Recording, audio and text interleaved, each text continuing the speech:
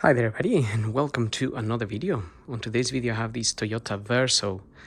This is a 2009 and I'm gonna be changing the rear discs and pads in this car. So luckily I have the ramp here. I can get the car up, remove the wheels and get access to those discs and pads. If you're going to attempt it, then you would need a jack and some axle stands so you can remove the wheels at the back and obviously get access to the discs and pads. But first, I'm going to start by opening the brake fluid reservoir here at the engine bay. And that would be just here. So, okay, didn't think it was going to be that hard to open, but maybe I'm a little bit weak today.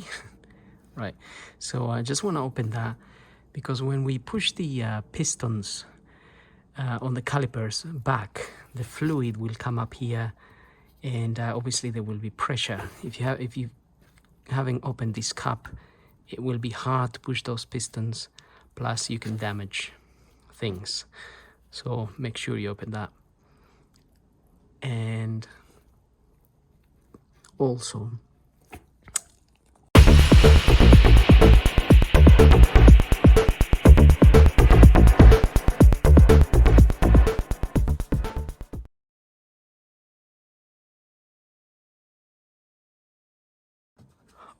if I just shine a light to that reservoir there, you can just about see how much fluid it's in there. Wherever the yellow part in there is the fluid. So up to more or less up to there. So I think there is enough room for me to push the pistons back, and this fluid should come up a little bit up to here. Sometimes as the pads wear down, people when they check this reservoir, they tend to top it up. So if you top this up with fluid to the max, then when you replace the pads and you push the pistons back, then the fluid comes up and occasionally it can actually overflow. So that's why I always like to check how much is in here, because if it overflows, it just goes everywhere, and this fluid is a bit corrosive. So if it is a bit too much, then I would put some rags and some maybe some paper here, just in case, to absorb any fuel that may come out of there. Also, we can just open, if you remove this little rubber here, just push it to one side and unhook it, and it's just plugged in those places there. We can actually open this cover. I already pressed on these clips here and remove that cover. That will give us access for when we need to refill this, if we need to refill. So having said that, let's get on to the discs and pads. So I'm gonna get the car up, and obviously you're gonna need, if you have alloy wheels, you're gonna need your locking wheel nut so you can remove those wheels. So here I have my two discs and a set of pads from that manufacturer, which is called Juratek. Well, to be honest, I think these days it's no point me showing you part numbers, because if you have a slightly different model, then your discs could be larger or smaller or whatnot. So I mean, as a reference, I could show you the part numbers that I'm using for this particular car. I think this is a 2 liter, by the way, petrol. So this is the part number for the pads that I'm actually using. And for the discs,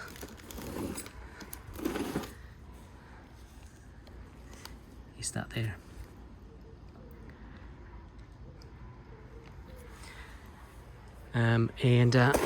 One thing you may notice, so when you take your discs out of the box and this bag, you may notice that they have a bit of oil on them. So it seems like they've been oiled, maybe to prevent corrosion or whatnot. So that's something that we want to just clean before we fit these discs. So we'll give those a clean, and now I'm going to remove the wheels. Okay, so I just went ahead and removed one side. I'm gonna show you how to do one side, and the other side will be exactly the same. I just did it so I can more or less tell you all the tools that I've used to remove this disc to get to this point. Obviously, that's the carrier there, the caliper carrier, the disc, and my pads are up there somewhere. Anyway, I've used a 13 mil to remove the bolts for the caliper. I use this to hold the inside bit of the caliper rotates, so you want to hold it of the caliper bolt. I mean, I'm going to show you obviously. A flathead screwdriver. This is to push the piston back, and I used a 14 mil here, a 14 mil to remove those bolts that hold the caliper carrier in place. And then this is again a 14 mil just to finish removing those. And gonna need some thread lock. If you didn't get new bolts for the calipers and you reuse the old bolts, we just want to put a little bit of thread lock on them as they originally have that. And we might need a little bit of copper grease, which I didn't put here, and maybe some moly grease if we clean the little pistons that are on the carriers. So when we remove these, we have these bits here which we can pull out in order to clean. You can pull them out, clean them, and apply some moly grease on them.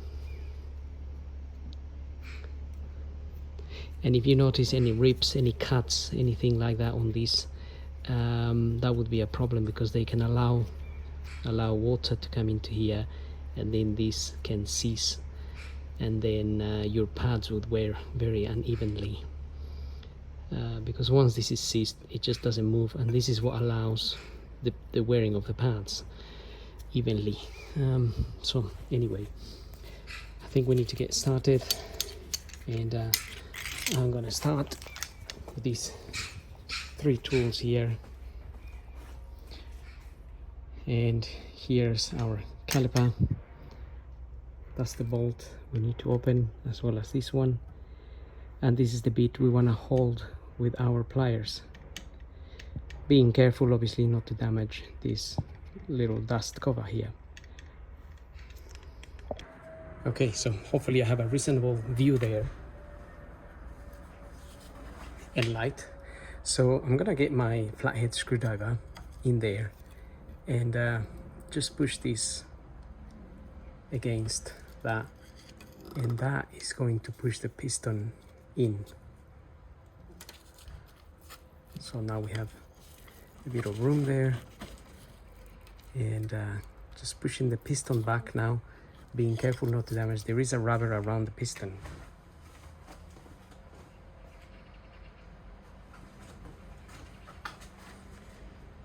So we don't want to damage that rubber dust cover around the piston either. So just carefully pushing it back in there. And that's as much as we need to do there.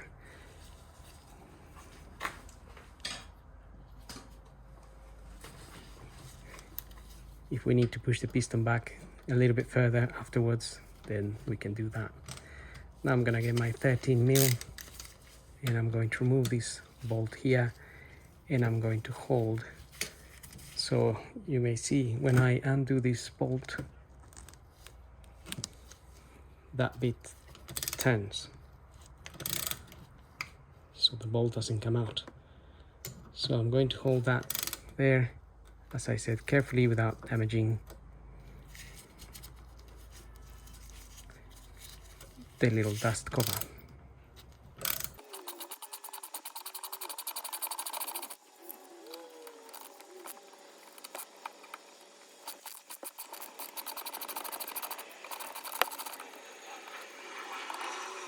So you may notice these bolts have a little bit of blue stuff on them, and that's pretty much the thread lock that I'm talking about.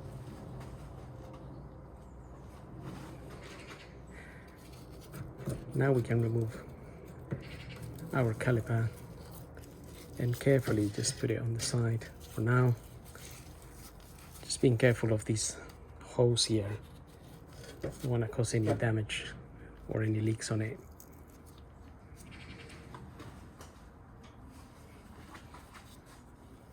Now we can get our pads out.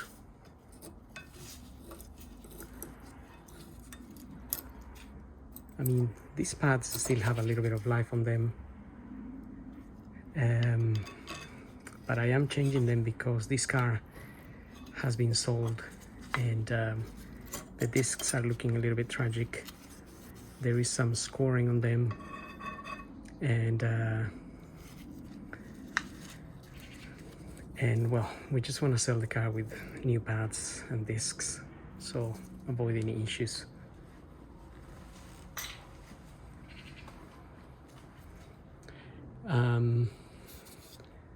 Now we can also remove these. Sometimes you don't get new ones of these, so if you didn't, you may want to carefully remove them and clean them. But I got new ones.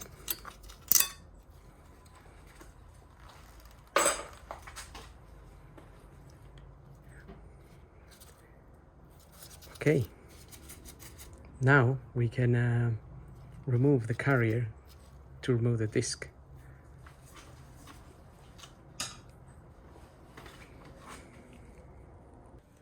Okay, so we need to remove this bolt and this one here. They might be a little bit corroded and you might not be able to get your 14 mil in there, but you need to work it through because you want to get a good grip on it. Otherwise you could round it, but it can be a bit hard to fit them in at the beginning because they have corrosion. So just work your way in and make sure they're sitting properly, and then you can loosen them.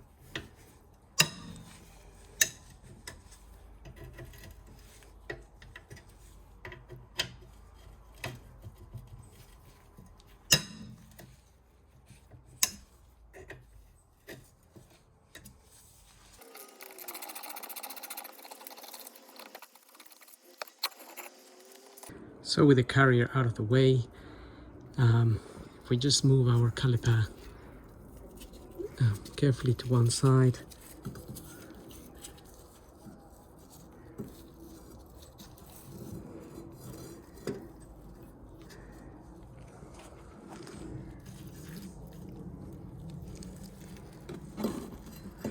okay, just want to put it on the side there, like so.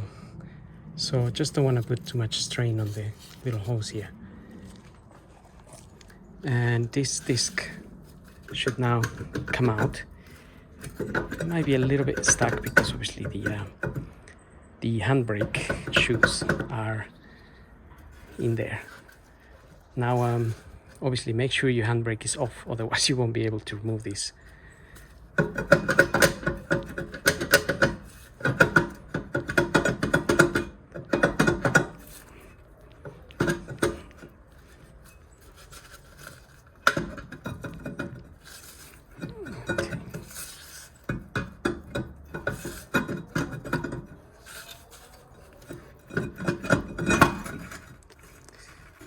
Yeah, two hands will be always a bit better.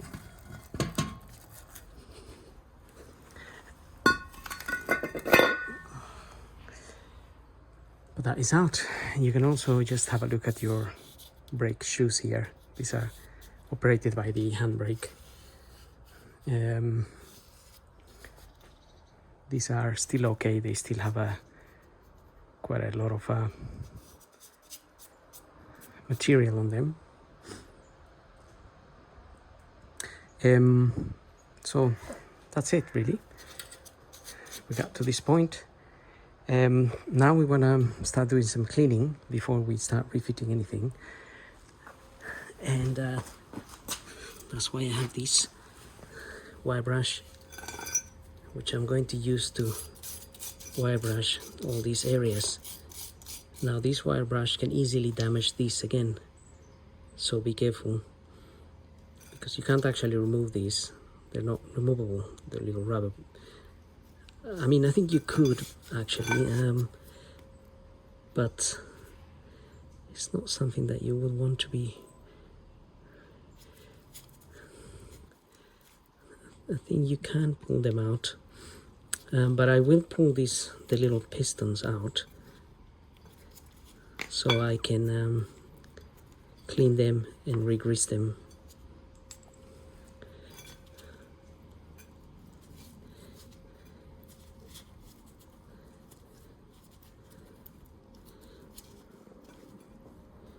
Let's take this out. Right. Just notice they are slightly different. So that one goes on this end, this one goes on this end. There's a little cut there. So they are slightly different. So they're not, you can't just fit that one there and that one there. Make a note of that. So I'm gonna go ahead and do some good cleaning here. So I think this is where you could remove this if you really wanted to. Avoid damaging them with that. And if you did find that these are damaged actually, and they are letting water in, but this hasn't seized yet, if that hasn't seized in there, then you could get some new ones of these. Looks like there is a part number on there, 0204 20155. So maybe the time to change them. Right, I'm gonna start cleaning, like I said, wire brushing everything, leaving it nicely clean. Okay, I've cleaned them, and I prepared my pins here. Like I said, I used some moly grease on them, and you can push those in there. Just need to make sure that the little rubber sits around the pin. So I'm gonna do that in a minute because I need my two hands. I've also cleaned the carrier with my wire brush and fitted these mounts where the pads are going to be sitting on. So with these ones, you just need to make sure you fit them the correct way around. If you fit this in there like this part will be sticking out, and it will be obviously touching the disc, so you wouldn't be able to put it back on. It has to fit like this, but obviously it wouldn't fit on this end. It will probably go on this end like this.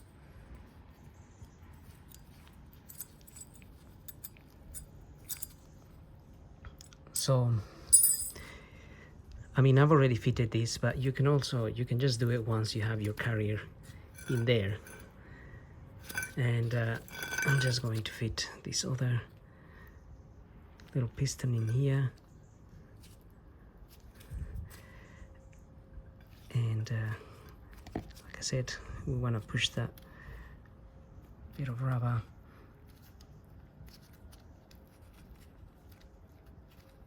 make sure it covers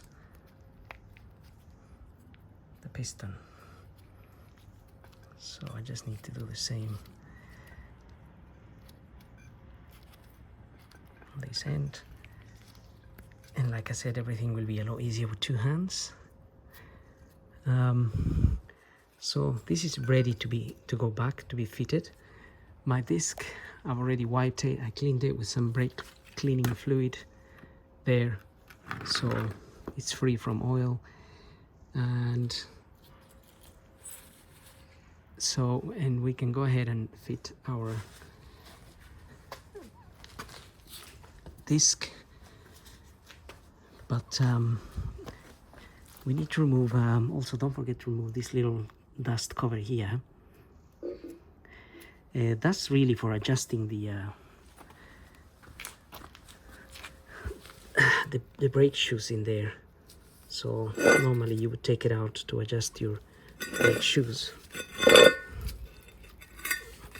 In this case, we just need to remove it to fit it on the other disc. So not essential right now, but we'll do that in a minute. So here's the disc. I mean, the shoes. We could also just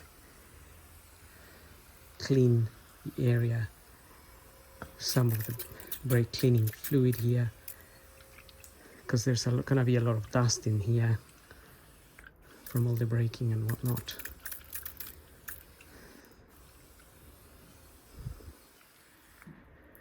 So I'm gonna let it dry naturally.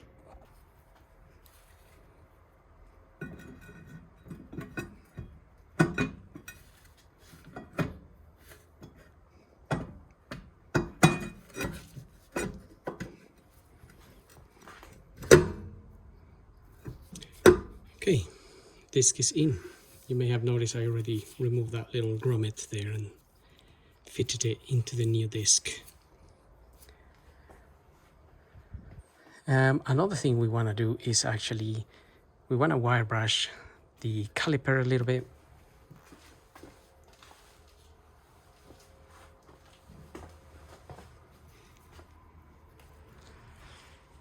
So caliper is just sitting here,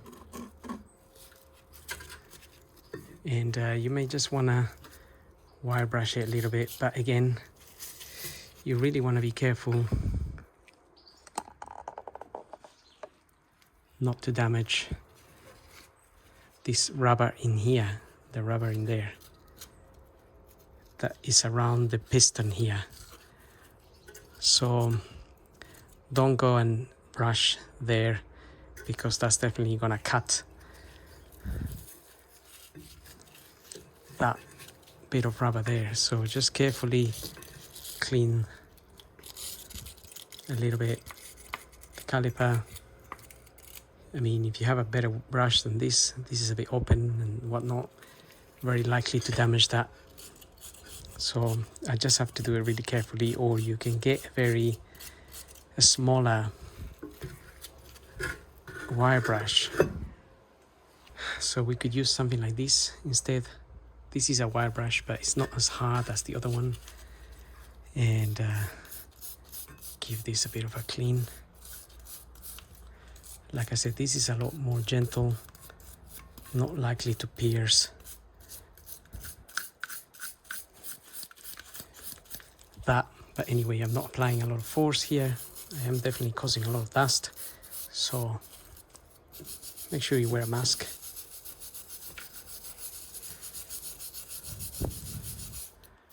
But this is how I just want to be cleaning the area here.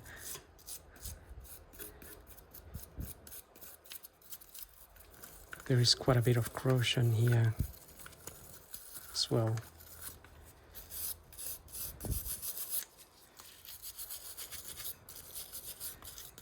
And for sure a lot of dust, because obviously as the pads wear out,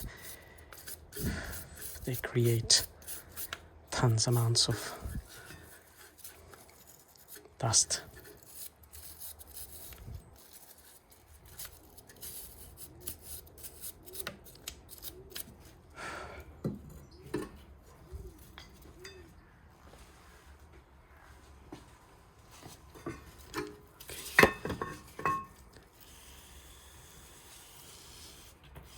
I'm just going to rinse it.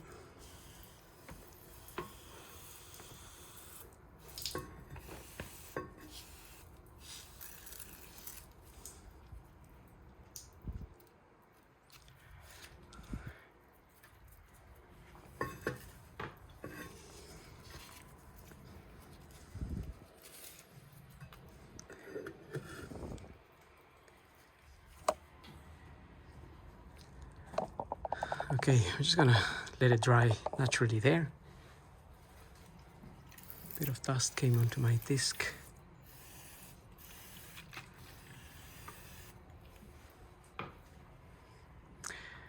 Okay, while that is drying, we are ready to fit our caliper carrier back.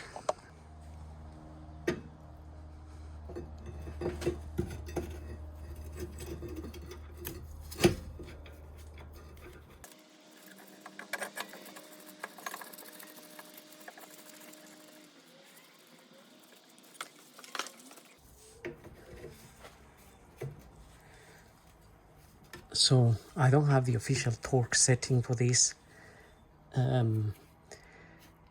but I'm gonna try to look it up and put it in the video.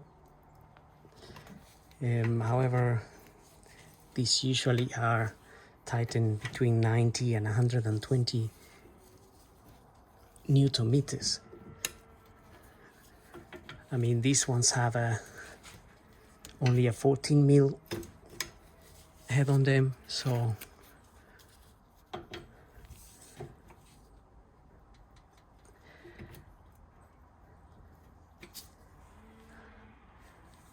they're not gonna be as tight as the bigger ones, the ones that use like a 17 or 19 mil.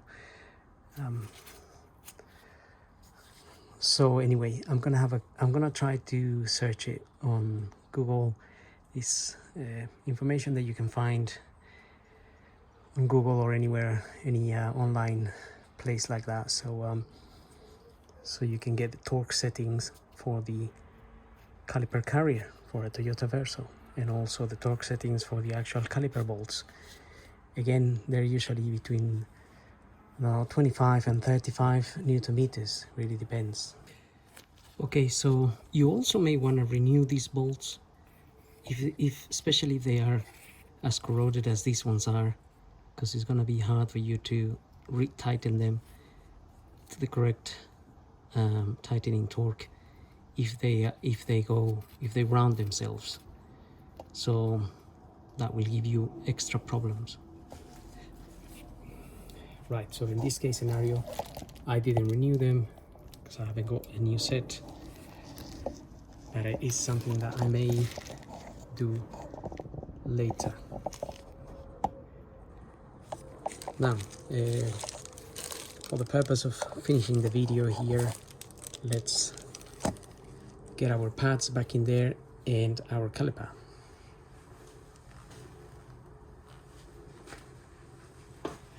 So I'm just going to apply a little bit of copper grease here, just a very small amount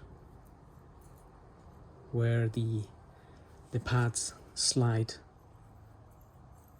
in the metal bracket there.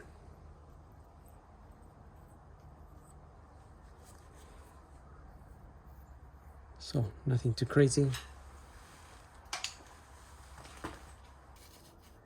Now I'm gonna get this pad in this side. Just note one pad has this bit sticking out, the other one doesn't. So this bit, what happens is when this bit gets to the that bit there, gets close to the disc, it starts touching the disc and it makes a noise. Starts making an annoying noise, sort of letting you know that it's time to change the discs. Sorry, the pads, because these don't have a sensor. So they don't have a sensor, so there's no computer in the car telling you that the pads are worn. Right, let's get our caliper in here. So you may notice if the piston comes out a little bit while you are doing the work, you could try to push it back in a little bit, because otherwise you may not actually be able to fit it. So at the moment Mine is not fitting in because the piston is come out a little bit, so I just need to push it back a bit.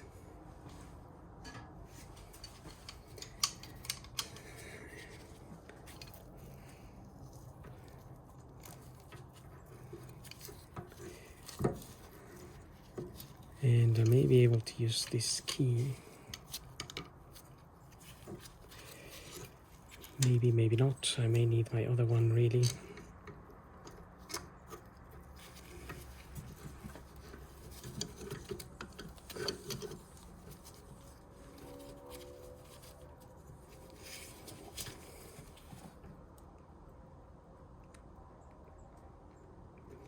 Okay, just able to push that back in so we can get our caliper in there.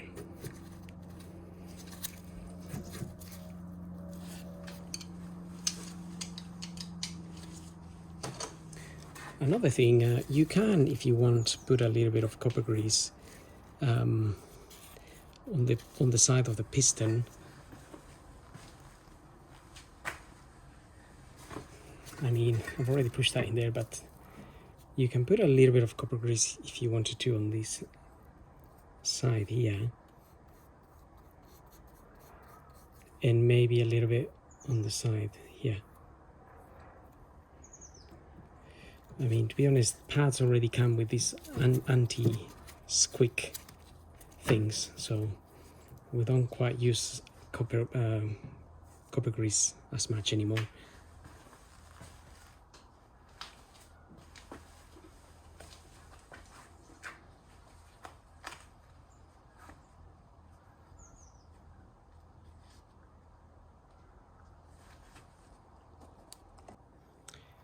Okay, so I'm just going to apply a little bit of that thread lock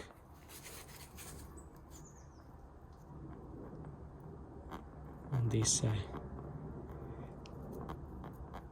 bolts.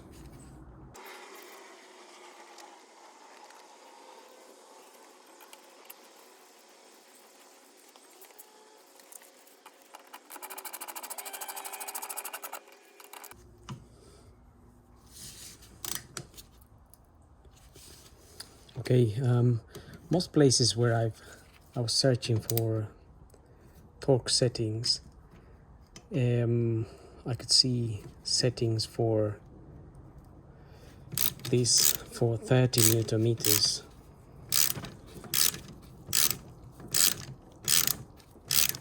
So you could tighten these bolts to 30 Newton meters. And for the other bolts, what I found is some information saying 97, 98 Newton meters and also 110 or so. So you could tighten them to 100 Newton meters. But I will try to get some better information once I got my computer in front of me.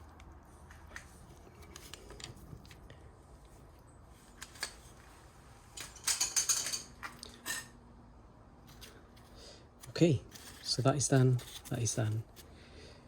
Everything is pretty much done here.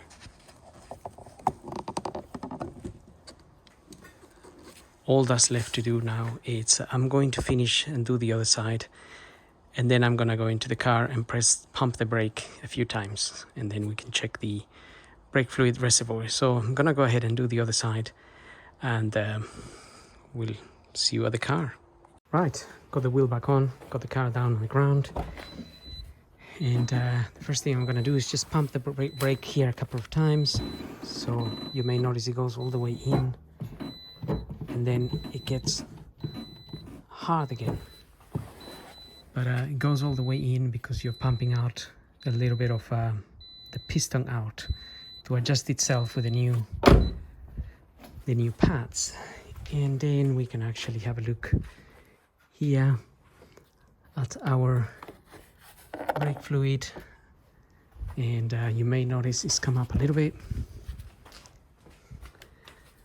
nothing too tragic, but you can see it's gone up a bit, and it's still a little bit below the max mark, and that's because my front pads are already 50% worn. So I won't be topping that up to the max. I would only top that up if I had a warning inside of the car saying I have low brake fluid. But really what's really happening is just that the pads are wearing, and the fluid goes down a little bit, and then obviously we put the new pads and it goes back up. And anyway, technically every 2 years we should actually bleed the brakes and change the brake fluid.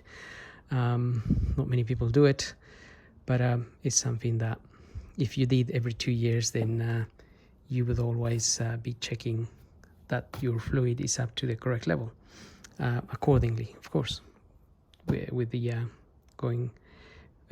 with the wear of the pads. So anyway, as far as this video goes, I'm pretty much finished here, so I'm just gonna close that, and then we can just fit this little cover back in there, clip that on, and just remember the first few miles when you drive, don't do too harsh braking. Just let the pads wear into the discs a little bit. So just some gentle driving if possible. So having said that, I hope the video helps. Don't forget to subscribe and give me the thumbs up if the video helps you.